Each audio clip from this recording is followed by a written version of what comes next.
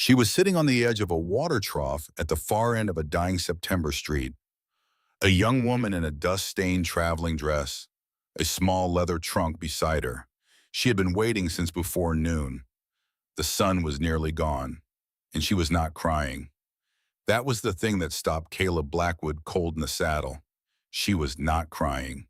And the man she had come 1,200 miles to marry had been dead 3 weeks. Stay with me on this one, because what happened next changed two lives forever. The light was going the way it does in late September high in the Colorado Rockies. Not slow, not gradual. All at once, like something up in those mountains had made a decision, and there was no arguing with it. One moment, the whole of Greer's Flat was bathed in that soft copper glow that makes a frontier town look almost gentle. And the next moment, shadows were pouring down from the ridge like water finding its level, and every storefront along the main street went from gold to gray in the space of a breath. Caleb Blackwood had been riding since before first light. He was 34 years old that autumn, with 3 days of Denver road dust worked deep into the creases of his coat and the particular kind of tiredness that settles into a man's back between the shoulder blades and does not announce itself until he finally stops moving. He had come down out of the high country that morning, hauling a pack horse loaded with winter supplies. Coffee beans, salt ammunition, a new length of stovepipe for his brother Silas, a bolt of dark wool cloth for his brother Wyatt to make a new coat before the snow came. Nails, lamp oil, a small iron skillet because the old one had finally cracked through at the handle. The ordinary business of a man preparing for his fifth winter as head of the Blackwood Ridge Ranch. He was coming in from the south road, the one that runs along the dry creek bed, past the old Pritchard claim, and he was not thinking about much of anything at all. His mind was already up on the mountain going through the list of what still needed doing before the first hard snow. That he had come to learn is usually when a man sees the thing he was not looking for. She was sitting on the edge of the town's water trough at the far end of the main street, not on the steps of anything, not near a door, not under the wooden awning of the stagecoach office where a traveler with sense would have waited, just at the trough with her feet not quite reaching the dirt, swinging them slow and steady. Her hair was honey blonde and catching what was left of the light. She wore a traveling dress the color of deep ocean water, fitted through the bodice, dusted over with the pale film of a long rail journey. At her throat, a small cameo brooch caught the last ember of the sun and held it. Beside her on the planks sat a small leather trunk and a carpet bag, both set carefully upright, like a woman who had been raised to keep her belongings in order, even when her life had stopped making any. She was not crying. That was the first thing Caleb noticed. She was not crying, and she was not looking for anyone, and that was wrong in a way he could not name right away. A young woman alone at dusk in a town that was not her own, and she was sitting there with the patience of a person who had already used up her hope and was waiting on something else. Some quieter thing. Perhaps nothing at all. Caleb pulled his horse up at the hitching rail 20 paces away and sat in the saddle a long moment before he dismounted. He was not, as he would later try to explain it, a man who was comfortable around women. He wants that said plainly. He had made his peace with the fact over the years, but back then at 34 he had no wife and no children and no particular way of speaking to a woman without the words coming out wrong or coming out not at all. But sitting does not require talking, and a man can see a thing even at a distance and know that walking past it is not something he will be able to live with. He stepped down, tied his horse and the pack horse loose to the rail, walked the 20 paces slow so she would see him coming. She looked up at him the way young women look at strangers when they have been warned not to trust them, but also when they have nowhere else to look. There was no fear in her face. That troubled him more than fear would have. Fear was a thing a man knew how to answer. This was something different. This was a woman who had already measured every possible outcome of the evening and found that none of them were worse than the one she was already in. Caleb took off his hat, held it against his chest, crouched down a few feet from her so he would not tower over her, and spoke low. "Ma'am," he said, "can I ask who you're waiting for?" She considered the question. A small knot of pale ribbon was wrapped around 3 of her fingers. Tied once, tied again. A small thing to do with the hands while a long afternoon became a long evening. I'm waiting for Mr. Jedediah Cross, she said. He was supposed to meet me here at noon, before lunch. Caleb did not know how to answer that right away. He felt the words settle into his chest and sit there like a cold stone at the bottom of a well. Before lunch. The sun was nearly gone. He counted the hours in his head without meaning to. 7 hours, maybe 8. A young woman sitting on a water trough in a strange town for 8 hours because a man had told her to wait. He knew the name Jedediah Cross. Every soul in Greer's Flat knew the name Jedediah Cross. And every soul in Greer's Flat knew that Jedediah Cross had been dead 3 weeks, killed in a timber collapse at the Silverworks 2 canyons over. They had buried him on the ridge above the Methodist chapel on a Tuesday. There had been no one at the graveside but the minister and the foreman from the mine. He had no kin, no wife. No one had thought to ask whether a letter was coming from back east, because no one had known to ask. Caleb looked down at his hat for a long breath. "What's your name?" he said. "Eleanor Whitfield," she said. "My mother called me Nora." "All right, Nora, I'm Caleb Blackwood. Do you mind if I sit with you a while?" She did not answer. She moved her carpet bag over to give him the space. He sat. Not close. A full arm's length apart, both of them looking down the dusking street rather than at each other.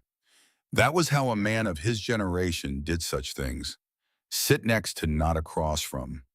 Let the silence do the first part of the work. If you have ever sat beside a young woman who was trying not to be afraid, you will understand what he meant when he said later that it took something out of him that he did not get back quite the same. Stay with this one. He was a long time getting around to telling it. Before we go any further tonight, let me say this. If this is your first time on this channel, go ahead and hit that subscribe button. Every week I tell another story like this, when stories from the old frontier about the people the history books forgot to write down. And while you're at it, leave a comment and let me know where you're listening from tonight. From the truck on a long haul, from the workshop out back, from the chair by the fire. I'd like to know. Now then, back to Nora on the edge of that water trough. She spoke first after a while. Her voice was steady. Her voice was almost too steady, which is sometimes what a voice sounds like when a person has spent the last 2 years learning not to let it shake. "I came out on the Union Pacific," she said. 4 days from Boston, Mr. Cross sent me the fare in a letter. The letter is in my bag. It said he would meet me here at the stagecoach office at noon. "Are you a friend of his?" "I knew him," Caleb said. That was all he could manage at first. He knew the next thing he had to say was a thing he could not soften. He had learned that as a young man driving cattle up the Chisholm Trail, learned it from an old trail boss named Hollister, who had lost his own brother to a river crossing on the Red. There are pieces of news, Hollister used to say, that no amount of kind wrapping ever makes smaller. You say the true thing plain and you stand there while the other person takes it. That's all you can do. That's all a decent man owes. "Nora," he said, "I'm sorry to have to tell you this. Mr. Cross passed 3 weeks ago. There was an accident at the mine." She did not move. She did not gasp. She did not let out any sound at all. The small knot of ribbon around her fingers stilled. She looked down the street past the lamplighter, who was just starting his work with the pole and the wick, and she drew in one long breath and let it out again. Her hands stayed in her lap. Her back stayed straight. A young woman trained from childhood to keep her composure in public, even when the public was only a stranger in a cowboy hat and a street gone purple with dusk. "I see," she said. Then after a while, "Thank you for telling me. It was kind of you not to make me wait any longer." Caleb felt that answer landed him harder than the news he had just given her.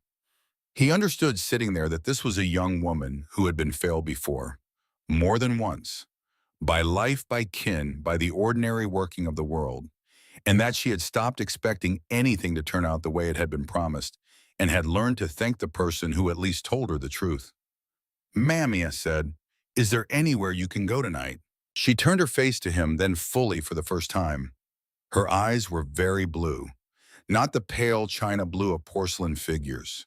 A deeper blue, the color of a high mountain lake in the first hour after sunrise when the shadows are still in it. Mr. Blackwood, she said, my train fare out here was the last thing I could afford. I have $32 in my reticule and nothing waiting for me in Boston. Whatever I do tonight, I do from this trough forward. He nodded slow because he did not trust himself to speak. Come with me, he said finally.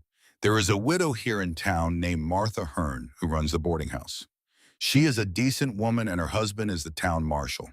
She will give you a hot meal and a room for the night. After that, we will see. Is that all right? Nora looked at him one long moment. Then she nodded once and reached for her carpet bag, and Caleb picked up the small trunk in one hand and offered her his other arm to steady her as she stepped down from the edge of the trough. Her hand rested on his forearm for half a heartbeat before she withdrew it as if she was not quite sure she was allowed to touch another person yet, as if she was still trying to decide whether the world had put her down for good this time. They walked up Main Street together under the first stars. Martha Hearn was a round and steady woman of 55 years who had been running the Greer's flat boarding house since her husband Gus was first pinned with the Marshall's star. She had the particular gift of knowing the moment a person walked through her door, which pieces of the coming conversation were going to be the hard ones. When she looked up from the ledger at the sound of the bell and saw Caleb Blackwood standing there with a young woman in a dust-stained traveling dress, and when Caleb said quietly, Martha, this is Miss Eleanor Whitfield, she came out to meet Mr. Cross. Martha Hearn set her pen down and came around the counter without a word and took Nora's hands in her own. Oh, child, she said. It was the first time in more than 2 years that a stranger had said the word child to Eleanor Whitfield in that particular way, the way her own mother had once said it. And Nora, who had not cried in front of Caleb Blackwood when she learned her intended husband was dead, stood in the lamplight of Martha Hearn's front hall, and her eyes filled without permission and spilled over quiet down her cheeks, and she did not move to wipe them away, and Martha did not remark on them, and Caleb set the trunk down by the stairs and stepped back one polite pace and stared very hard at the pattern in the hall rug, so as to give the two women what privacy a small front hall can offer. Later over supper, at the little corner hash house on the edge of Maine, with a tin plate of beef stew and a tin cup of coffee gone bitter from sitting too long on the back of the stove, Nora began to tell her story. Caleb did not ask for it. She offered it without being asked the way a person will sometimes offer a heavy thing to a stranger because the stranger has no previous history of the weight and so can hold it without tiring. Her father had been a junior partner in a small law firm in Boston. Her mother had been a teacher of piano. When Nora was 16, her father had died of a fever that came through the narrow streets of the North End one wet spring and took more than 200 people in a month. 2 years later, her mother had gone as well of a cough that would not leave. At 18, Nora had become a governess in a merchant's house on Beacon Hill. At 21, she had married Jasper Whitfield, a young carpenter of a steady, honest sort who had built the new pews in their parish church, and asked for her hand one evening on the front steps with his hat in both hands and his voice shaking. They had been married 4 months, she said. 4 months, Mr. Blackwood. Then there was a scaffold collapse at the church site where he had been putting up the belfry. I went to work every Thursday morning for 2 years as a seamstress, and I took in piano pupils at the parsonage on the other days, and it was enough to keep a single small room in a lodging house, but it was not enough to imagine a life from. And then, this spring, I answered an advertisement in the back pages of a paper. A gentleman in Colorado, a widower, a mine owner, wrote that he was seeking a woman of quiet character to share his home. The letters he sent were decent. I thought perhaps I could begin again. She looked down at her plate. Her hands were folded in her lap. I did not come out here hoping for love, Mr. Blackwood. I came hoping for a door that would not shut my face. Caleb listened without interrupting. That was the part a younger man would have missed. Her story did not want comfort. It wanted witness. When she was done, he turned his cup in its saucer once slow and said, Nora, may I tell you something about where I live? Please, she said. 12 miles north of this town, he set up the old Trapper's Road that climbs the ridge past the broken pine. There is a ranch called Blackwood Ridge. My two brothers and I run it. We have cattle, about 400 head. We have the house my father built and a smaller guest house my mother wanted for her people when they came out from Pennsylvania to visit. That guest house has stood empty for 21 years. It has a stove, a good bed, a sound roof, and a lock on the door that works from the inside. We are three men who can cook for ourselves poorly and can keep house even worse. We have need of someone to keep the main kitchen and the wash and the mending through the winter. We can pay $8 a week, which is what the dry goods store in Denver pays a bookkeeper, and we can offer you lodging separate from the three of us, which I think matters. You would be safe. No man under my roof will come near that guest house door without your leave. Not my brother Silas, and not my brother Wyatt, and not me. You have my word on that, and my word is the one thing in this life I have never bent. She was quiet a long time after he said that. Why, she said. That was the question he had been bracing for. He had expected it, and he still did not have an answer ready that did not sound either foolish or too forward. I sat down there beside you, he said, at last, because you were sitting by yourself at dusk, and you were not crying. And a woman who has been left alone long enough to learn not to cry has earned somebody sitting with her when the dark comes. That is all I know. It is not a romantic answer. I am not a romantic man. But I think we both have had about enough of the world making large promises and keeping small ones, and I would rather offer you something small that I can keep. Nora did not answer for a long time. She turned her own cup in its saucer. The lamp on the wall flickered once as the proprietor in the back trimmed the wick. Somewhere outside, a dog barked twice and went quiet. I will think on it tonight, she said. That is all I ask, Caleb said. He walked her back to the boarding house. He took off his hat at the door. He said goodnight in a voice that he meant, and he went out to see to his horse and to take a room at the livery loft above the stable where a bunk could be had for 2 bits, and a man could be still through the long hours. He did not sleep right away.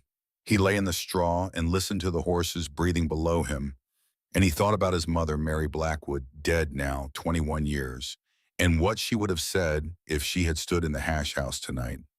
She would have said, Caleb, you do what a man does.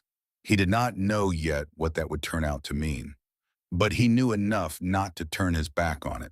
Meanwhile, 1 block over, at the battered back door of Martha Hearn's boarding house, a man who would later be known by the name Ezra Vance had just stepped down from a lathered horse and was asking a stable boy in a voice that was too soft to be kind whether a young blonde woman had come in on the afternoon train. He pressed a silver dollar into the boy's palm without waiting for an answer. The boy's eyes went wide and then went careful the way a smart frontier child's eyes will, and he said he did not know. He did not know he would have to ask his mother. And the man smiled. And the smile was the kind of smile a certain kind of man wears when he has already decided what is going to happen next. You do that, son, he said. You go right ahead and ask. Then he led his horse around to the livery. Caleb, lying up in the straw above, heard boots on the floor of the stable below. He heard a horse being unsaddled with the rough, impatient hands of a man who has ridden hard and is not going to thank the animal for it. He heard a voice ask the liveryman if there were rooms to be had in town. He heard the liveryman, who was a good man, and knew Caleb's horse standing 2 stalls over, answer without giving anything away. Caleb did not go down. He lay very still in the straw and listened. And when the door below shut at last and the new arrival's footsteps crossed the street toward the saloon, Caleb Blackwood rolled onto his side in the dark and knew with a certainty he could not yet explain to anyone that the trouble Eleanor Whitfield had come west to leave behind her had followed her out here on the next train. In the morning, he was at Martha's back door before the sun had fully cleared the eastern ridge. Martha took one look at his face and stepped out onto the porch with her arms crossed against the cold, and the word came out of her mouth before he had spoken. Trouble, she said. Yes, ma'am. She listened while he told her about the man at the stable. She listened while he described the smile and the silver dollar and the way the voice had gone soft at the stable boy. Martha Hearn had been running a boarding house on the edge of the Rockies for 26 years. She had seen more than her share of men of that description come through a door. "We need to get her off this street," Martha said. "Yes, ma'am, I believe we do. I will pack her a basket. You go saddle." And Caleb, "Ma'am, whatever you have offered that girl, you hold to it. She has not had a man hold to his word in so long, she will not know what to do with it at first. You give her time." "Yes, ma'am." He went to saddle his horse. Upstairs, Martha sat on the edge of the narrow cot in the back bedroom where Nora Whitfield had slept. Slept or lain still with her eyes open. Either way, the young woman sat up now in a borrowed shawl and listened as Martha spoke in a low, even voice about a man who had come in the night asking after her, and about 12 miles of good country that stood between Greer's Flat and the top of Blackwood Ridge, and about what kind of man Caleb Blackwood was, and what kind of men his two brothers were, and what Martha herself would do in Nora's place if Nora were her own daughter, which Martha said, looking her in the eye for the moment she was going to pretend she was. Nora Whitfield listened. When Martha finished, Nora stood up and she washed her face in the basin, and she dressed in the same navy traveling dress she had worn yesterday because it was the best thing she owned. And she came down the stairs with her carpet bag in one hand and the small trunk bumping down behind her, and she walked out the back door of the boarding house where Caleb Blackwood was already waiting with his horse and the pack horse and a second quieter saddle mare for her. Before she went out, Martha pressed a small bundle into Nora's hands wrapped in oilcloth. "Take this," Martha said. "What is it?" Nora asked. "Something every woman west of the Mississippi ought to carry," Martha said. "I hope to heaven you never have to use it. But a woman in these territories has to be able to look after herself. You understand me." Nora unwrapped the corner of the oilcloth. Inside was a small pistol polished clean and a folded square of cotton with 6 rounds rolled up in it. "Yes, ma'am," Nora said. "I understand you. And one more thing, child. Listen, ma'am, don't try to conquer that mountain you're going up to. A person can't. You learn to live alongside of it. That is the only bargain the high country ever strikes with any of us." "Yes, ma'am." Then Martha Hearn kissed her once quick on the forehead, the way a mother kisses a daughter she is not sure she is going to see again, and went back inside before her face could give her away. The ride up to Blackwood Ridge took the better part of the day. Caleb led. The pack horse came second. Nora rode the bay mare in the middle, and behind her came nothing but a long trailing plume of road dust in the receding town. The road climbed through a hard country of ponderosa pine and aspen, already turned to yellow, past a creek that ran cold and clear, feared over pale stones, up a switchback cut by a miner 40 years dead, across a saddle of scree, where a man could see for 30 miles on a clear morning, and up at last onto the high meadow where Blackwood Ridge sat the way Caleb's father Jedediah had set it. When they crested the last rise and the ranch came into view, Nora drew rein without meaning to and sat and looked. The main house was 2 stories of squared timber, dark with age and weather, a chimney of riverstone rising from one end, and a porch running the full length of the front. A large pole barn stood 100 yards off its doors, open on a haymow dim and golden. The guest house, smaller, sat closer in its single window, catching the last of the afternoon sun. Beyond and above everything, the mountain, a true one. Snow already on its shoulders. The kind of mountain that does not flatter any man foolish enough to live in its shadow, and does not flatter any woman either, but gives them the chance, if they are quiet enough and patient enough, to become the sort of person who can live with its weather and its silences. Smoke rose thin and straight from the chimney. 2 men came out onto the porch as the horses approached. Both tall, both dark-haired, though not identically so. Both carrying rifles held loose and respectful in the crook of the arm, in the way of men who had heard the horses coming from a good distance off and wanted whoever was arriving to know they had heard. The older of the 2, 31 years old, wearing a leather vest over a faded cotton shirt, with a clean-shaven jaw and a quiet, watching set to his amber eyes, was Silas. He did not speak as the horses came up to the hitching post. He only looked at Nora for the length of one slow breath, nodded once, and stepped down off the porch to help her dismount. The younger man, 27, taller still, brought her through the chest with a wilder set to his blonde-streaked hair and a restless energy in the set of his shoulders was Wyatt. Wyatt's blue-gray eyes went over Nora once over the road behind her, over his older brother's face, and settled back on her with a slow grin that was half welcome and half the wary amusement of a young man who had been told to expect trouble and was still deciding whether she counted as it. "Ma'am," he said, touching the brim of his hat. "Welcome to Blackwood Ridge." Silas offered Nora his hand as she swung down from the mare. His hand was rough and warm and steady. He held her steady for exactly as long as she needed, and not a second more, and then he stepped back to a respectful distance. "The guest house is ready," Silas said to Caleb as much as to her. "I aired it out this morning. Laid a fire. There is water in the pitcher." "You knew," Nora said, looking at him. "My brother sent a rider ahead this morning at first light," Silas said. Wyatt rode down to the bend and back. Then we made ready. Nora looked at Caleb. Caleb had already turned to lead the pack horse toward the barn and did not look back at her, and she understood without being told that this was how he said certain things. Not with words, with the quiet work of hands. Inside the guest house, as the sun finally slipped down behind the ridge, Nora stood in the middle of one small whitewashed room and set her carpet bag down on the foot of the bed. A clean bed made up with heavy wool blankets and a patchwork quilt that someone some long ago winter had stitched by lamplight. A stove already ticking with new heat, a small pine table, one straight-backed chair, a washstand, a rag rug on the plank floor. On the table in a tin can that had once held peaches, a small bunch of late blue asters had been set. The kind of flowers a man does not stop to pick unless he means to say something by it.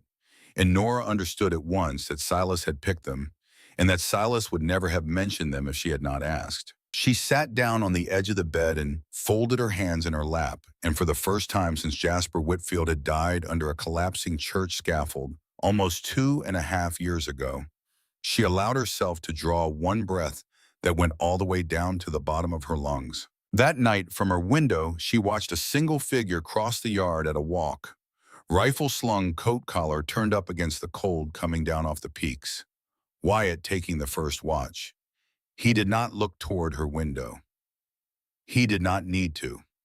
She understood watching him go past that somebody was keeping the dark at bay for her tonight, and that nobody had done that for her in a long, long time. Down in the kitchen of the main house, Caleb sat at his father's heavy oak table with a mug of coffee going cold between his hands. And Silas sat across from him, and Wyatt stood at the window with his back to the room watching the yard. "The man in the stable last night," Caleb said. "I do not know his name, but I know the kind of man.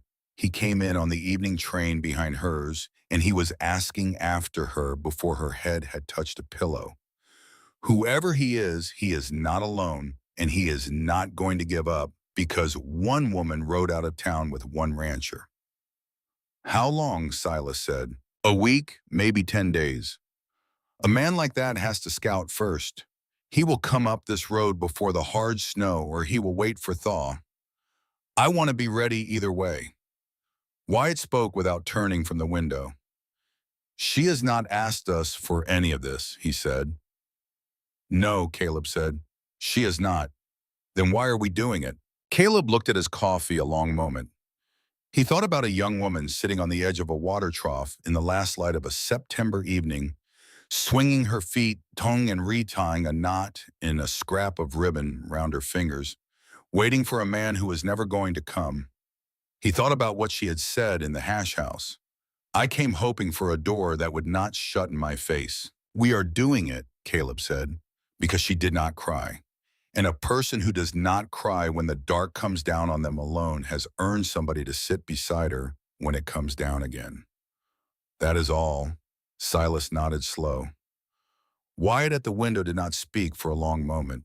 Then he said quiet, "All right, Caleb, all right then." Outside, the first faint hard flakes of an early season snow began to come down across the yard, and up the dark slope of the mountain the wind moved through the pines like something breathing. And high in the guest house window a lamp still burned, and a young woman named Eleanor Whitfield sat watching the snow start with one hand resting on the small small pistol Martha Hearn had pressed into her palms that morning, and the first quiet thought forming in her chest that perhaps for the first time in 2.5 years, she was not going to have to face whatever was coming next entirely by herself. Winter was coming, and somewhere down at the foot of the mountain, a man whose smile did not reach his eyes was already asking in the saloon of Greer's flat for directions to Blackwood Ridge. The first week at Blackwood Ridge taught Eleanor Whitfield something she had not known about herself.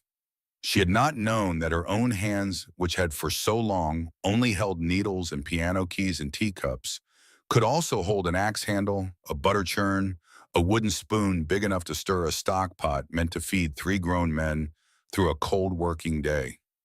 She had not known that a morning could begin at 4:30 in the high country and still feel unhurried. She had not known that silence, the kind that settles over a mountain ranch when the last lamp is blown out, could feel like a room a person was finally allowed to sit down inside.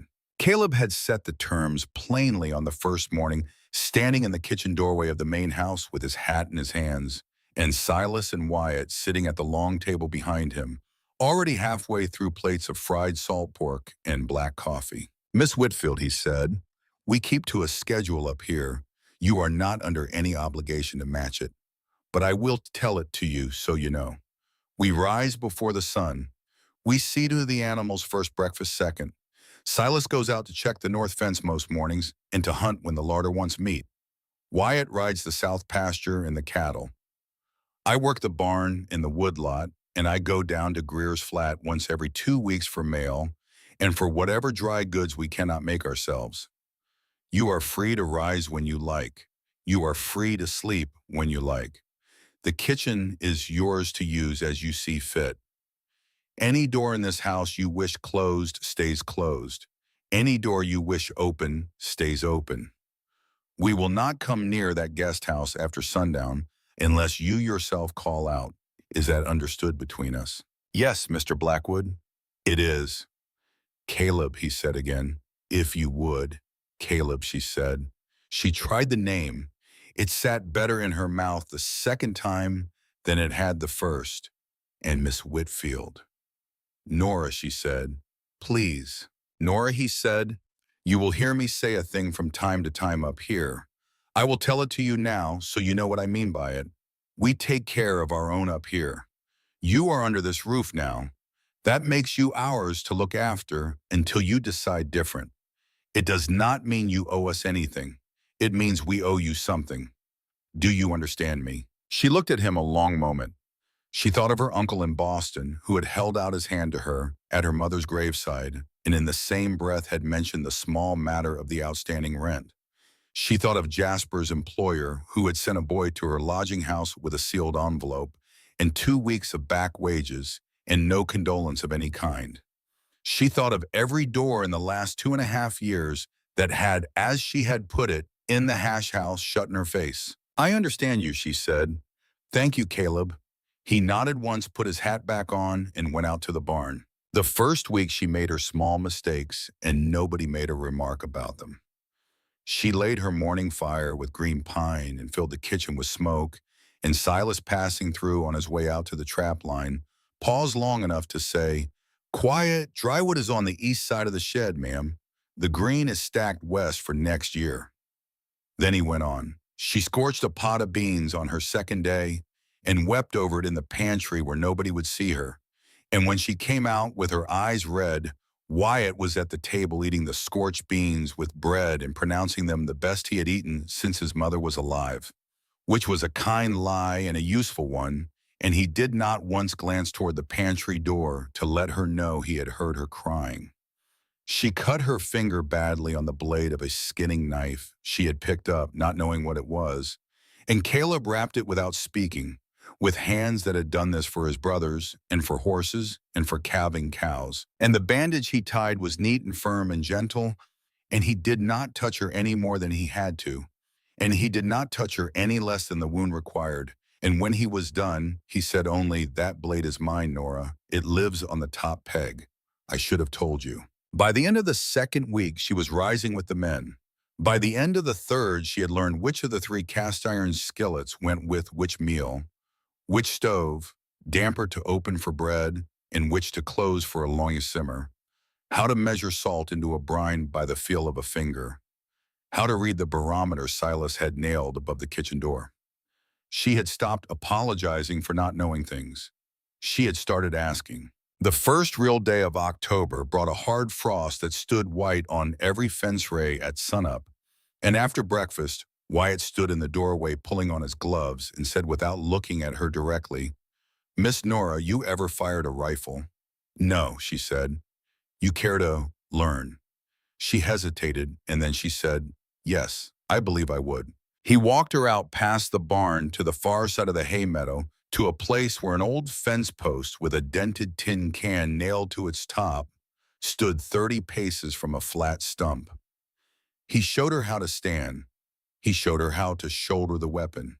He showed her how to breathe. He talked her through it the way a young man teaches his own kid's sister to skate with a teasing lightness that made the thing feel like an ordinary skill and not a terrible one. "You breathe out, Miss Nora," he said. "You do not hold your breath. You let it go slow, and somewhere in the middle of that breath, going out between one heartbeat and the next, you squeeze.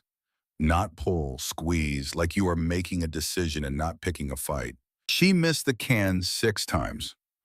On the seventh shot, the can jumped off the post with a bright tin sound that carried up against the pines, and Wyatt let out a whoop that startled 2 crows into the air and shouted, "There now, ma'am, there you are." And Nora laughed out loud for the first time since Boston laughed, with her head thrown back and her hand to her chest, and the sound of it carried across the yard and into the open barn where Caleb was forking hay. And Caleb stopped with the fork in his hands and stood still a long moment listening. And when he went back to his work, he did not look up toward the meadow, but his hands moved differently for the rest of the morning. That was October. October was the beginning. A man keeps his word. Caleb said it twice that first week without meaning anything by it, talking about a horse trade he had made in Denver. He said it again when he promised Silas he would be back from Greer's Flat by sundown. And he was. He said it quietly once to Nora when he told her he would not fail to let her know the moment any news came about the man who had been asking after her in the stable. She began to listen for the phrase.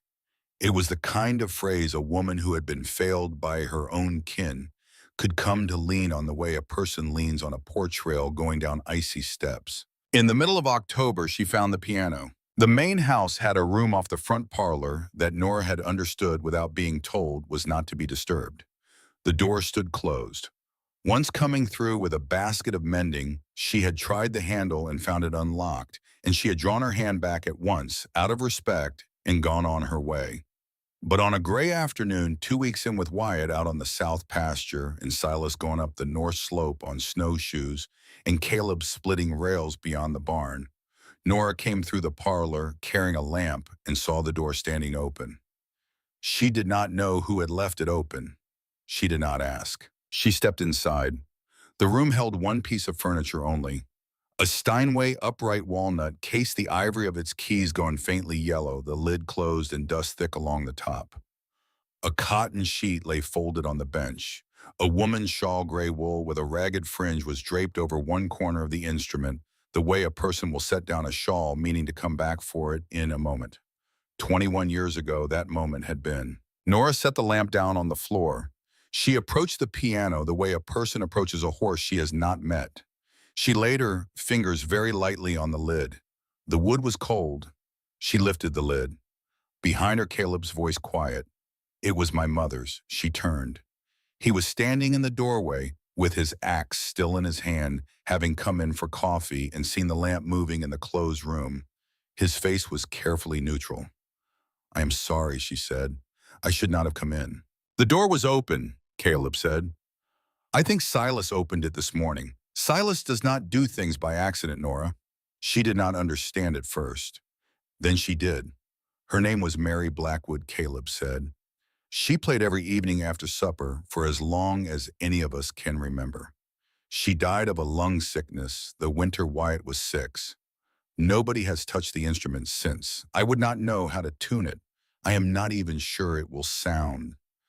"I can try," Nora said, "if you will allow it." Caleb set the axe against the doorframe and folded his arms and leaned against the jamb, and he said in a voice that was lower than his ordinary voice and a little rough at the edge of it, "I would be obliged if you would." She sat down on the bench. She tried a single note. It rang thin and sweet in the cold room. She tried a chord. The chord held barely. The piano had been loved once, and a piano that has been loved once remembers. She played Amazing Grace slow because it was the first hymn that came to her hands. She played it all the way through. Halfway through the second verse, she heard without turning a second set of footsteps stop in the parlor behind Caleb. Then a third. Silas had come back without his snowshoes making a sound on the porch. Wyatt was in from the pasture. Neither man spoke. She played the hymn out to its end. The last chord hung in the cold air and faded, and the room was very quiet. Then, without planning it, without thinking, she played the opening bars of Shenandoah. She could not see behind her. She did not need to. She could feel the room change. She could feel the three men in the doorway grow still in a way that was different from ordinary stillness. And she understood at once that this had been their mother's song and that she had reached across 21 years of a closed door and put her fingers on something she had no right to and no way of putting down. And so she played it to the end, slow the way her own mother had taught her to play hymns at funerals with nothing ornamented, nothing pressed, only the plain melody given the full breath of the instrument. When she finished and the last note had gone, she sat with her hands in her lap and did not turn around. Caleb said behind her, "Thank you, Nora." Silas said nothing at all. He turned and walked out of the parlor and out through the front door and across the yard, and he was not seen again until supper, at which he took his place at the table and said grace as he always did and nodded to her once across the plates and did not speak for the rest of the meal. In the morning, on the lid of the piano, someone had laid a single small sprig of mountain sage, the last green thing to be found on the ridge at that time of year. And Nora understood, and she did not mention it, and Silas did not mention it either. And that was how the bargain was struck. The piano was played every evening after that. She did not press it on them. She simply played a half hour, sometimes a little more after the dishes were done, and the three men found their reasons to be in the parlor during that half hour. Caleb mended tack by the fire. Wyatt oiled his rifle. Silas read a book, though Nora noticed in time that the page did not always turn. The signature of the place settled into her during those weeks. The smell of pine sap on Caleb's coat when he came in from the wood lot. The way Silas set his boots at the back door at an exact angle, toes to the wall, heels out the way a soldier had once taught him when he was a boy. The way Wyatt could not sit still for more than 11 minutes at a stretch and would find a reason to get up and stretch and pace to the window and back. The way the three brothers, without conferring, each took one watch of the night and never once all slept at the same hour, because a young woman was in the guest house and there was a man somewhere down in Greer's flat who had been asking questions. One evening in late October after supper, as the fire burned low, and Wyatt had gone out to take his watch, and Silas had gone upstairs to his room, Caleb stayed on at the kitchen table with his coffee. Nora was drying the last of the plates at the counter. Neither of them had said anything for several minutes. It was a comfortable silence.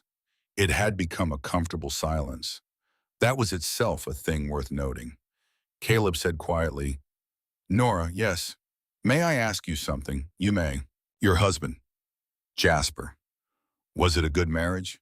She set the plate down she had been holding. She dried her hands on her apron. She did not answer right away. She was not offended by the question. She was only choosing how to answer it truthfully. "It was a kind marriage," she said. "We knew each other 2 years before we were wed. He was a quiet man. He worked with his hands. He made me a sewing box as a wedding present with my initials burned into the lid. He was very gentle. 4 months is not long enough to know if a marriage will be good for a lifetime, Caleb. But it was long enough to know he was a good man. I grieved him. I grieve him still. I did not come out west because I had stopped loving him. I came out west because I had stopped being able to pay the rent on the room we had lived in together, and every corner of that room had a shape in it, and I was going to be crushed." Caleb nodded slow. I asked, he said, because I wanted to know what kind of man you had loved, so I would know what kind of man not to be in your way. She looked at him across the kitchen. The lamp on the table was low. His face was half in warm light and half in shadow. He had not lifted his eyes to her. He was turning his cup on its saucer the way he did when he was choosing words. Caleb, she said, yes, you are not in my way. He looked up. He held her look for the space of one breath. He did not reach across the table. He did not stand. He did not do any of the things a less careful man would have done. He only nodded once very slightly and said, thank you, Nora. And that was all that night. But something had been said, and something had been answered, and neither of them slept quite as easily as they had the night before, and both of them in their separate rooms lay awake a long while listening to the same wind come down off the same mountain and press against the same walls of the same house, and each of them understood without words being put to it, yet that a thing had begun that neither of them had come to the high country expecting. The next morning the first snow fell, not the hard-driving snow of mid-November, a gentle snow, an October snow, the kind that lays down a clean half-inch across every fence post and barn roof and is gone by noon. But it was a warning. Caleb stood at the kitchen window with his coffee and said without turning, we have maybe 3 weeks, maybe 4. Then the past closes. Silas across the table said, he will come before then, or he will not come until April. Wyatt, pulling on his boots by the door, said, I will ride down today. See what talk there is. Caleb turned. You will not ride down alone, brother. I will ride with my eyes open. I want to hear what the town is saying. Martha Hearn will talk to me. You go down too often, Caleb, a man takes notice. Me, I am young and I chase girls and nobody takes me seriously. Let me go. Caleb did not answer at once. Then he said, back before dark. Before dark, Wyatt said. He touched the brim of his hat to Nora, who was at the stove with her hand frozen on the coffee pot handle, and he went out. He was back before dark. He came into the kitchen with snow on his shoulders and sat down at the table without taking off his coat, and he said, there are 2 new men staying at the hotel. They arrived together on the noon stage yesterday. They have been asking in the saloon about a tall rancher who came through 8 days back with a young blonde woman on a bay mare. They have been buying drinks for any man who will take one. One of them is the man Caleb saw at the stable. The other is bigger and quieter, and I do not like the look of him. Martha Hearn says they gave a name, but she does not believe it is their name. They asked her directly whether Miss Whitfield was staying at her house. She told them Miss Whitfield had caught the eastbound train 3 days ago and was well on her way back to Boston. They did not believe her. She knows it. They know she knows it. Names, Caleb said. The man from the stable calls himself Ezra Vance, Wyatt said. The other one calls himself Rafe. No last name. The 2 of them have money, Caleb. That is what Martha wanted me to tell you. They are not broke drifters. They are being paid. Silas set his fork down on the edge of his plate with a very small click. Nora, Caleb said, you need to hear this. Sit down with us, please. She sat. She folded her hands in her lap because she had not learned yet what to do with them at a table full of men talking about her. Caleb, said Nora, there is a man down in Griver's flat asking after you by name. He has a partner. They have money. That means someone sent them. Your uncle is dead. You told me so yourself. Your husband is dead. You have no quarrel with anyone in the territory. Is there anyone at all back east who stood to lose something by you leaving Boston? Nora's face went still. It was the particular stillness of a person who has just been asked a question she has been trying not to ask herself for a long time. My husband, she said slowly. Jasper, he worked for a man named Cyrus Blackburn, a mill owner. Jasper thought something was wrong in the accounts at the mill. He had been keeping a ledger at home, numbers he had copied off invoices. He never showed it to me. He said he did not want to worry me until he was sure. He said if he was right about it, he was going to go to the county prosecutor. She stopped.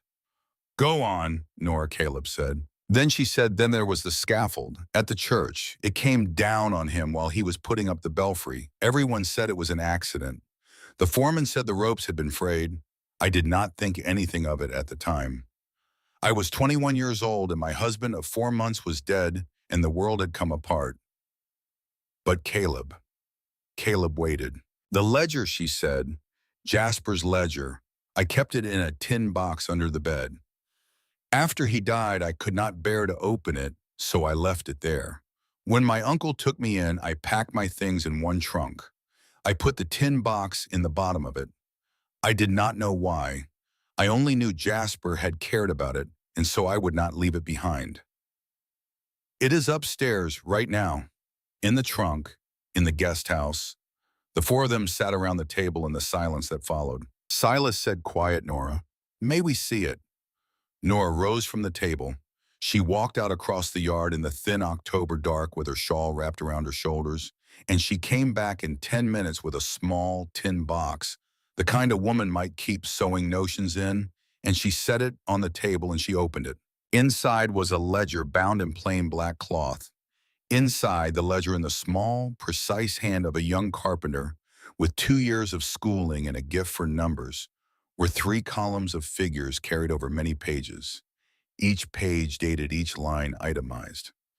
Invoices for timber, invoices for ironwork, invoices for glass. And in a 4th column, in a different ink, a set of smaller figures that did not agree with the others. The difference between the 2 sets totaled at the bottom of each page ran to thousands of dollars. Over 2 years, the difference ran to a great deal more than that. Silas, who had kept the books for Blackwood Ridge since he was 17, bent over the ledger for a long time in the lamplight. This is a man stealing from his own workers, he said at last. That is what this is. Short wages, fake supply orders, a man who would kill to keep this ledger from reaching a prosecutor. Nora sat down very slowly. He killed my husband, she said. She did not say it as a question. Caleb reached across the table and laid his hand over hers. It was the first time he had deliberately touched her since the night he had wrapped her cut finger. He did not squeeze her hand. He simply laid his hand over it, the way a man will put his hand on the neck of a frightened animal, and he let it rest there, and he said, quiet, Nora. You are not alone in this anymore. She looked up at him. Harder things have been survived, he said. Winter always ends. She nodded slow. Her eyes filled but did not spill. She turned her hand under his and she closed her fingers around his once a small, hard grip. And then she let go and she stood up and she said, I will make fresh coffee because I do not believe any of us is sleeping tonight. They did not sleep that night. They sat around the kitchen table until almost 3 in the morning, and by the time the lamp was finally blown out, a plan had been made. Caleb would ride to Denver before the pass closed with the ledger copied by Silas's hand into a second book that would be left in the Denver bank's vault under seal to be opened by a federal marshal if anything happened to any one of them. The original would stay at Blackwood Ridge, hidden where only the 4 of them knew. Wyatt would take the news down to Martha and Gus Hearn so that the marshal of Greer's Flat would be informed and would send a telegram east. And Nora Caleb said, looking at her across the table, Nora would stay here on the ridge, because whoever Blackburn had sent, whoever Ezra Vance was, whoever Rafe was, they would not come up this mountain without the 3 Blackwood brothers knowing they were coming, and they would not come off this mountain alive if they laid one hand on her. You have my word on that, Nora Caleb said, and a man keeps his word. She looked at him across the table in the low lamplight. Her hand was still warm where his had rested on it. I know you do, Caleb, she said. Outside, the wind had shifted. It was coming down now out of the high country off the snow, and the sound of it in the eaves of the main house was the sound of the real winter beginning at last. Somewhere down at the foot of the mountain in a lit room above a saloon in Greer's Flat, a man named Ezra Vance was writing a letter on cheap hotel paper to a man in Boston, and a second set of bootsteps was pacing in the next room, and the telegram that would bring 8 more men up the Denver line would be sent in 3 days' time. But up on Blackwood Ridge in the kitchen of the main house, the lamp had finally been blown out, And Eleanor Whitfield was walking back to the guest house across the yard, in the dark with Silas's coat around her shoulders, because Silas had put it there without asking and without waiting for thanks, and she understood walking through that dark, with a light snow starting to fall again across her bare head, that whatever was coming for her now, she was not going to have to face it alone. Caleb rode for Denver at dawn 3 days later. He took the gray gelding, which was the best animal on the ranch for long country and for weather, and he took the second ledger inside his coat against his ribs, and he took a week of hardtack and salt pork and a tin of matches in a wax pouch. He did not take a pack horse. A pack horse would slow him. What he needed was to be down off the pass before the storm Silas had read on the barometer the night before. He stopped his horse at the top of the last rise where the ranch was still in sight below him, and he turned in the saddle once and looked back. The guest house window was lit, a lamp. He knew she was standing at it. He did not lift his hand because lifting his hand would have meant something, and he had not yet earned the right to mean that much to her. He only sat in the saddle a moment longer than he had to. Then he turned the horse and went. Behind the lit window of the guest house, Nora stood with her palm against the cold glass and watched the small, dark shape of horse and rider go over the rise and disappear. She stood there for a long time after he was gone. The lamp behind her burned low. Her breath fogged the pain. She did not move. Caleb would be gone 12 days if the weather held. 12 days was a long time to learn what a place felt like without a particular man in it. Wyatt rode down to Greer's flat the next morning with Silas's second copy of the evidence, packed in an oiled envelope inside his saddlebag to place it in Gus Hearn's hands and not any other man's. He came back in the late afternoon with news that changed the shape of the coming week. Gus Hearn had told him that 8 men had arrived off the Denver line that very morning. 8, not 2. They had taken rooms at 3 different boarding houses so as not to draw attention. They had not come into the saloon together. But Martha Hearn, who had the keen eye of a woman who had run a boarding house for 26 years, had counted them in the street as she swept her porch, and she had written the number on a slip of paper and pressed it into Wyatt's hand with the words, "Tell your brother a man does not bring 8 riders 1,200 miles for a misunderstanding." Silas listened to Wyatt's report with his hands flat on the kitchen table and his face very still. Then he said, "Quiet, how long do you reckon?" Wyatt said, "They are not riding up tonight. They just come off the train.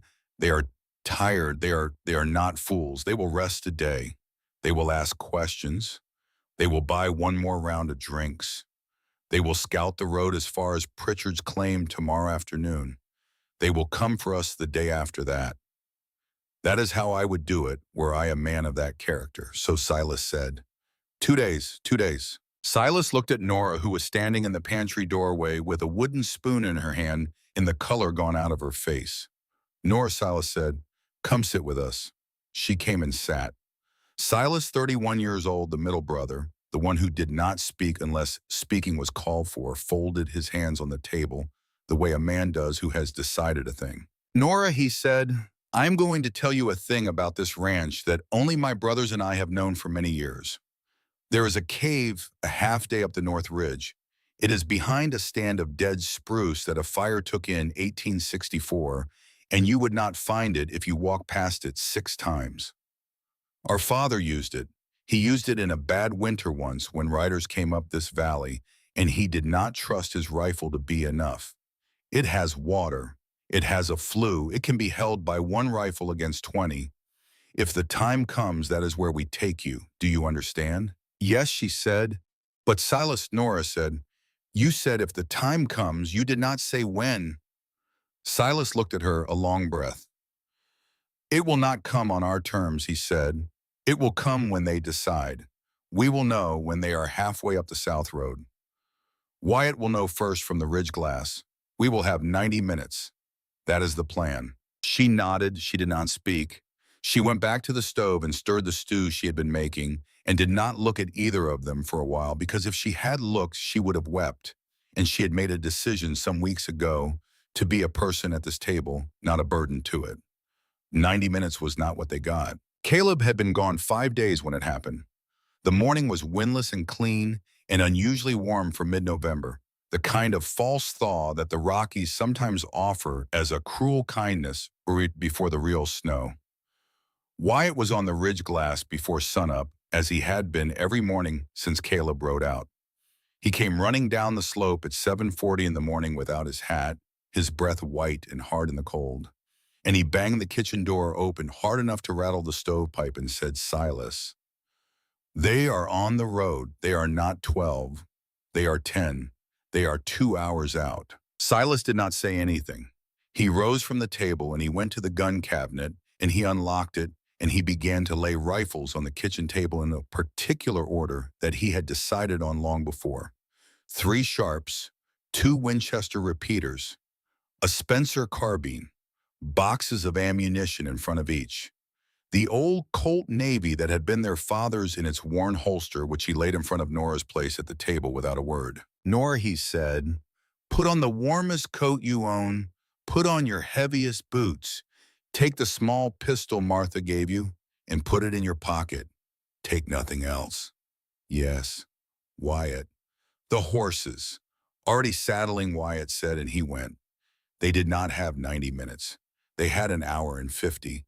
They used it well. They took 3 horses up the North Trail, and they took no packs except ammunition and 1 blanket each in a tent of hardtack.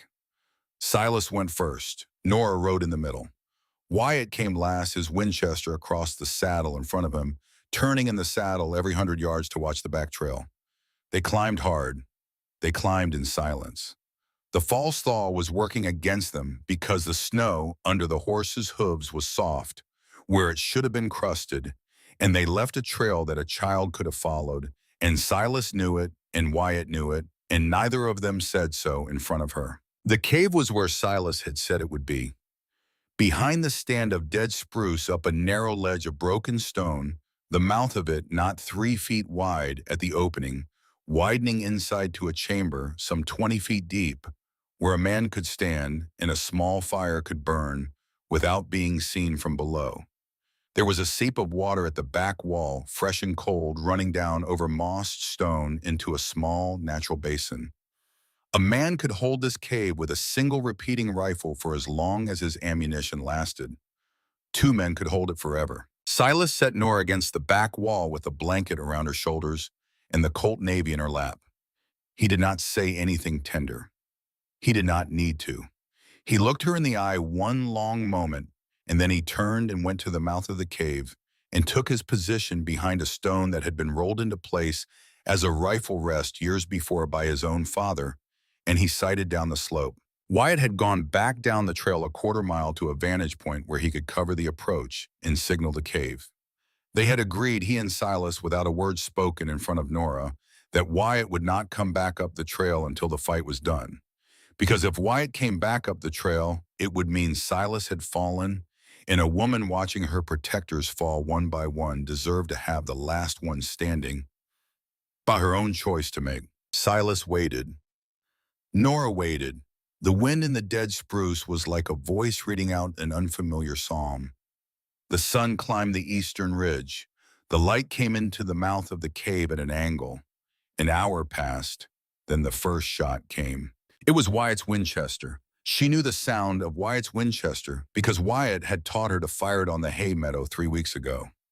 1 shot, a pause, a second shot, a pause. Then a whole ragged volley from farther off, not rifles of a single maker, the scattered pop of several different weapons at once, and then Wyatt's Winchester, again twice evenly paced. Silas did not move from the stone. He did not flinch at any of it. He only settled his cheek more firmly against the stock of his own rifle and breathed out slow through his nose. A man's voice shouted something down the slope. Another voice answered. The volley came again. This time there was a scream in the middle of it, short clipped off at its own end, a man's scream, not Wyatt's voice. A long silence. Then closer, maybe 80 yards down the slope, a single boot step on loose shale. A man had left the trail. A man was coming up the rock face toward the cave. Silas shifted 1/4 of an inch. The morning sun caught the barrel of his rifle and he tipped it down a fraction to kill the glint. Nora did not breathe. Her hand was closed around the grip of the Colt Navy. Her finger was not yet on the trigger because Silas had told her on the ride up, "Never your finger on the trigger until the weapon is pointed at what you mean to kill." And she had repeated it in her mind all the way up the slope like a prayer. The boot step came again, closer, 60 yards. The man was climbing carefully. He had not yet seen the cave mouth because the cave mouth was impossible to see from below. But he knew roughly where it had to be, and he was coming. Silas fired. The sound in the stone chamber was enormous. Nora flinched hard and did not cry out. From down the slope there was a grunt, one quick exhalation, and then the sound of a body coming back down the wreck face, loose and uncontrolled, the way a body does when nothing is holding it up anymore. Silas worked the lever, ejected the shell, chambered the next round, settled back to the stone. One he said very quietly to no one. Down below, a man shouted, "Davis is down! Davis is down!" And 3 rifles opened up at once from somewhere on the slope. In the mouth of the cave took a spray of chipped rock and lead, and Silas pulled back 1/2 pace into the shadow, and did not return fire because firing would tell them exactly where he was, and he waited. Nora understood in that moment something about the man sitting 8 feet from here. She understood that Silas Blackwood had already done this kind of work before, not for money and not for pleasure. She understood watching the stillness of his shoulders and the economy of his breathing, and the absence of any trembling at all in his hands that 4 years ago, when a young woman named Rebecca Tate had been killed on the road down to Greer's Flat, this same man had ridden out alone, and he had stayed out 8 months, and he had come back. And she understood what those 8 months had meant. And she understood with a great clear calm in her chest that the men down on the slope did not know what they had come up against. And it was not her job to warn them. Another shot from below. Then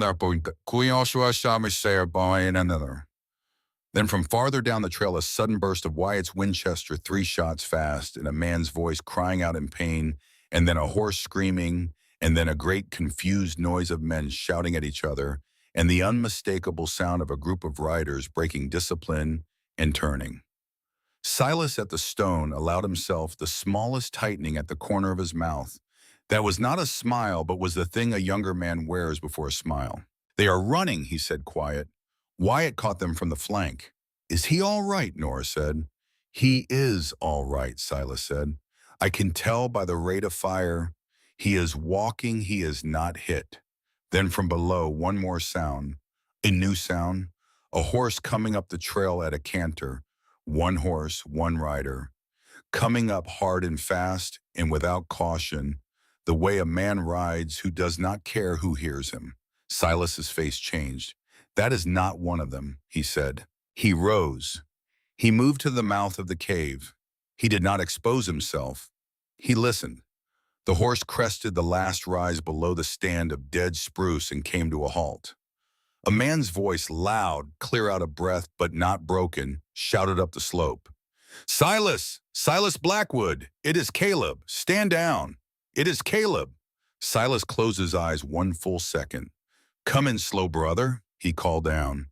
"Hands where I can see them first." A minute later, Caleb Blackwood climbed up onto the ledge outside the cave. Alone, his horse left below on a trailing rein, his hat gone, his coat torn at one shoulder, a long, shallow graze of blood on his cheekbone, a dark stain seeping through the left thigh of his trousers, where a ball had passed clean through the meat of the leg, his eyes bright and hard. He looked at Silas. He looked past Silas into the cave. He saw Nora sitting against the back wall with the Colt Navy in her hand and a blanket around her shoulders, and the whole tight set of his face went out of him all at once the way a held breath goes out. "Nora," he said. She stood up. The blanket fell off her shoulders. She crossed the cave to him in 4 steps. She did not throw herself against him. She stopped a foot away, and she looked up into his face and she said, "You are bleeding, Caleb." "I know," he said. "Your leg. It went through clean, out the other side. It will keep until we are down the mountain." "What are you doing here? You were to be in Denver 6 more days." "I turned around," Caleb said. "I reached Denver in 2 days of hard riding, The federal marshal was in his office when I walked in. The ledger was sealed in the vault of the First National by 10 that same morning. I turned the gray around and came straight back, sleeping 4 hours at a way station and no more. I did not want to be a week late for my word. She did not speak. She laid her hand along the side of his face that was not cut. She did not remove it. She did not lean in any further. She only kept her hand there steady and warm while he stood with his arms at his sides and his eyes closed. From the trail below, Wyatt's voice, ragged with running and exertion, called up Silas. "Caleb, we have one alive down here. He is down in the shoulder. He is talking." Down below, on the soft snow of the fall's thaw, turned red in one wide patch where a horse had gone down, and a man beside it, Wyatt stood over the surviving attacker with his Winchester leveled. The man was breathing hard and holding his shoulder, and his face was gray, but his eyes were clear and frightened. And when Caleb and Silas came down the slope and stood over him, he looked up at the three Blackwood brothers as a man looks up at his own reckoning. "Name," Caleb said quietly. "Rafe. Rafe Sutter." "Who sent you all this mountain in Rafe Sutter?" The man hesitated. Silas cocked the hammer on his rifle. That was all he did. He did not speak. He did not move it closer. He only cocked the hammer. "Cyrus Blackburn," Rafe Sutter said. "Boston. We were hired in Denver by his man Vance. $200 a head for the chief, 500 for the woman, alive or dead," Caleb said. "Either way," Rafe Sutter said. His voice broke on the word. His man said either way, but preferred quiet. Preferred she not come back east to testify at any hearing. Caleb looked down at him. "And Vance," he said. "Where is Ezra Vance?" Rafe Sutter closed his eyes. "He is with the four that ran," Rafe Sutter said. "He was at the rear of the column. He never came up the face of the slope. He turned his horse the moment your brother opened up on us from the flank. He will be on the South Road by now, riding for the Denver line as hard as a horse will carry him." Caleb looked at Silas across the fallen man. Silas nodded once. Silas did not have to say it out loud. Gus Hearn's posse would run Ezra Vance down before the sun set the following day. Because a man who has just seen 9 of his own fall on a mountain does not ride well. And a marshal out of Greer's Flat, who had known the Blackwood brothers since they were boys, would not lose that kind of prey on a known road in open country. Caleb Blackwood stood very still for a long moment. Then he bent down and he took Rafe Sutter's revolver out of its holster and he emptied the cylinder onto the snow. And he said, "Rafe Sutter, you are going to live. You are going to live because you are going to ride down to Greer's Flat with my brother Wyatt, and you are going to tell the Marshal Gus Hearn every name you know, every man you rode with, and the full and truthful story of your employment by one Cyrus Blackburn of Boston. If you do that, you will face a judge.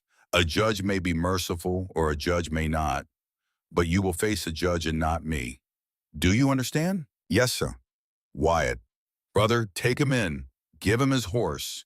If he tries to run, shoot his horse. If he runs on foot, let him freeze. I will not chase him. Yes, Caleb, Silas and I will see to the others." There were 9 other men on the slope. 3 were dead. 2 were dying. 4 had broken off and run back down the south road toward Greer's Flat. And those 4 would be caught inside a day by the posse Gus Hearn would raise the moment Wyatt rode in, with Rafe Sutter bound in front of him. Of the 2 who were dying, one lived long enough for Silas to ask him his name, and Silas wrote the name in the small book he carried in his breast pocket, because Silas Blackwood did not consider a man to have been truly accounted for until his name had been written down. The other one Silas closed the eyes of and said over him the same words his father had said over fallen men on a different kind of ridge 20 years before, which were not words of forgiveness, but were not words of judgment either, and were the best a man could do. They took Nora down the north trail as the afternoon was turning toward evening. The sky had gone gray. The false thaw was ending. The real snow was going to come that night, and come hard, and it was going to bury the blood on the slope and the dead men on it, and by morning the mountain would be white again, and would look as if nothing had happened, which is one of the mercies of the high country and one of its lies. Caleb rode beside her, riding a little stiff in the saddle from the leg. But riding, Silas rode ahead as he had on the way up, which was his way. At a switchback with a long view west across the valley, Caleb reined in his horse, and Nora reined in with him, and Silas went on without looking back, because Silas understood the shape of things as he always did. Caleb did not get down from the saddle. He only turned in it toward her, the cut on his cheekbone, dark against the pale of his skin in the falling light. Nora, he said, "Yes, Caleb. I rode back because I could not stand the thought of you being alone on this ridge if something went wrong. That was the only thought I had the whole of the ride, not the ledger, not the federal marshal. You. I did not come out west for a wife. I did not go down to Greer's flat 6 weeks ago looking for you, oh. But I found you, and I am not a young man. I am 34 years old and do not have the habit of speeches. So I will say the plain thing. I would like if you will allow it to court you properly through this winter. And in the spring, if you still feel as I believe you may feel, I would like to ask you a question. I am not asking the question today. I am telling you the question is coming. That way you have the winter to decide on your answer with no pressure from me. Do you understand?" She was very quiet, a long breath. The first flakes of the coming storm were just beginning to come down slow between them. "Caleb," she said, "yes, I do not need the winter." He did not move. He did not smile. His face did not change. But something in his eyes, which she had been watching for 6 weeks now, opened the way the door of the piano room had opened in the middle of October, not all at once, but enough to let light in. "Nora," he said, "please do not say a thing like that today unless you have thought it through. Today is not a day a person should decide any large thing. Today you have just come down off a mountain where men tried to kill you. A woman might say many things today out of the weight of that. I would not want to hold you to any of them." She smiled small. It was the first full smile he had seen on her face since the morning Wyatt had taught her to shoot a tin can. "Caleb Blackwood," she said, "I decided this the night you told me that you were not a romantic man and that you would rather offer me something small that you could keep. I decided it again the night you laid your hand over mine in the kitchen. I decided it for the third time when I saw you ride up that slope today with your coat torn and your face cut and the blood on your trousers. I do not need the winter. I have already spent 2 years in a winter, Caleb. I do not need another one to know my own mind." He was quiet a long time. Then he reached across the space between the two horses, slow, and he took her gloved hand in his, and he turned it over, and he lifted it, and he pressed his mouth to the back of her glove one time, and he said, "Quiet." Then in the spring, Eleanor Whitfield. "In the spring, in front of whoever will come to stand witness, if you will have me." "I will have you," she said. They rode the rest of the way down in the beginning of the real snow, with her hand in his, and neither of them speaking, and by the time they came into the yard of Blackwood Ridge, the last light was gone from the sky, and the kitchen window was warm and gold, and Silas was already inside laying a fire against the long cold that was coming. Ezra Vance was taken off a stolen horse at a way station 40 miles north of Greer's Flat on the second evening by Marshal Gus Hearn and 3 deputies who had ridden through the night to meet him. He was tried in Denver in March of 1884 and sentenced to 20 years at hard labor in the federal prison down at Yuma. And he did not live to see the end of his sentence, though. That is a different story and not one for the telling tonight. Word of Rafe Sutter's confession reached Boston by telegram in 10 days. Cyrus Blackburn was taken into custody in his own front parlor by 2 officers of the Suffolk County Sheriff's Department on the 3rd morning of December.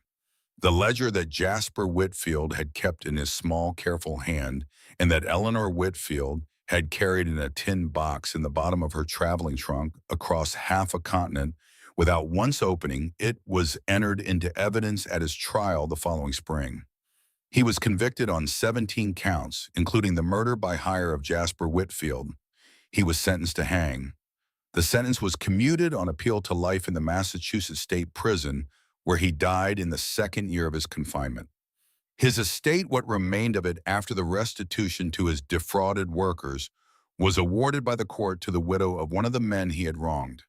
That widow was Eleanor Whitfield Blackwood. The sum was $4,612. She used none of it on herself. She used all of it to buy a small parcel of land adjoining Blackwood Ridge to the north.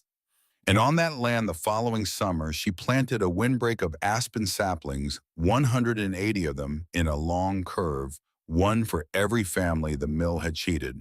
The wedding was on the 21st day of June in the year 1884. The Reverend Obadiah Merriweather rode up from Greer's Flat to perform the service. Martha and Gus Hearn came.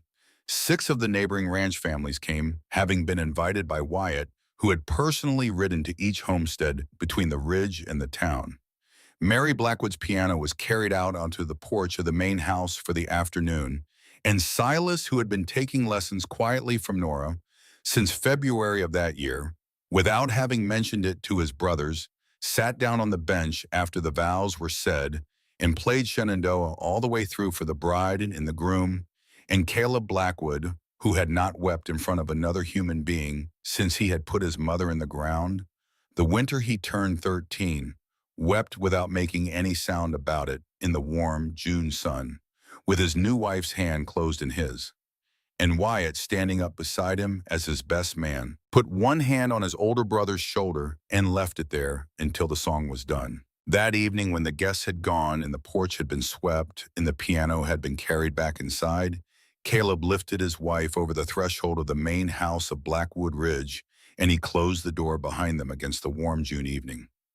Out on the yard, the last of the daylight moved across the mountain, and the first stars came out over the high peaks, and the house was quiet in the particular way a house is quiet on the first night of a new life beginning inside it. 19 years would pass. The aspens Nora planted would grow tall enough for a grown man to walk among them and not see the sky. 4 children would be born under the roof of the main house and would learn to ride and to shoot and to read and to play their grandmother's piano. Silas would marry a widow from Denver named Winifred Ashcroft and would bring her and her young son up the ridge in the spring of 1887 and build a second house a quarter-mile down the draw. Wyatt, the wild one, the youngest, would hold out the longest and would finally marry a schoolteacher named Clementine Hawthorne in 1891 after 7 years of what Nora called the slowest courtship west of the Mississippi. And on a September evening in the year 1903, exactly 20 years after a young woman in a dust-stained navy traveling dress had sat on the edge of a water trough in Greer's Flat, swinging her feet and not crying, Eleanor Whitfield Blackwood would stand on the porch of that main house with her husband's arm around her shoulders, watching their grandchildren chase each other through the late asters along the north fence line, watching the light go the way it goes in September in the Rockies. Not slow, not gradual, but all at once, like something had made a decision. And Caleb Blackwood, 54 years old now, his hair gone gray at the temples, the old grays on his cheekbone long faded to a thin white line, the limp in his left leg showing now, only when the cold came down. Hard off the peaks in November, would say quietly to his wife the thing that had settled between them in one shape or another, across every one of the 20 years that had passed since she first rode up the Trapper's Road behind him at the end of a September day. You are home now, Nora.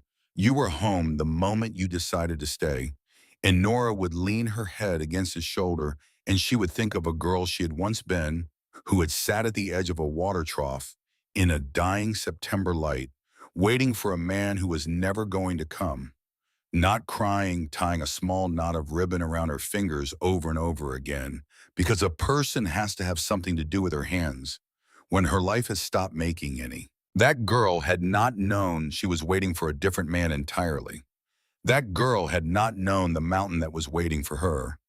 That girl had not known that there are some things in life a person cannot fix and cannot undo and cannot talk their way out of, but that a person can still sit beside in the dark. And that sometimes if a person is very lucky and very patient and very quiet in the waiting, the one who comes to sit beside them does not get up again. And the dark when it comes is not a dark that has to be faced alone. The light went out of the sky over the Rockies. The first star came up. Down on the yard, the children ran and laughed, In the kitchen of the main house, a lamp was lit, and the warm gold of it fell out across the porch boards, and Caleb Blackwood turned his wife gentle and walked her inside and closed the door against the coming of the mountain night.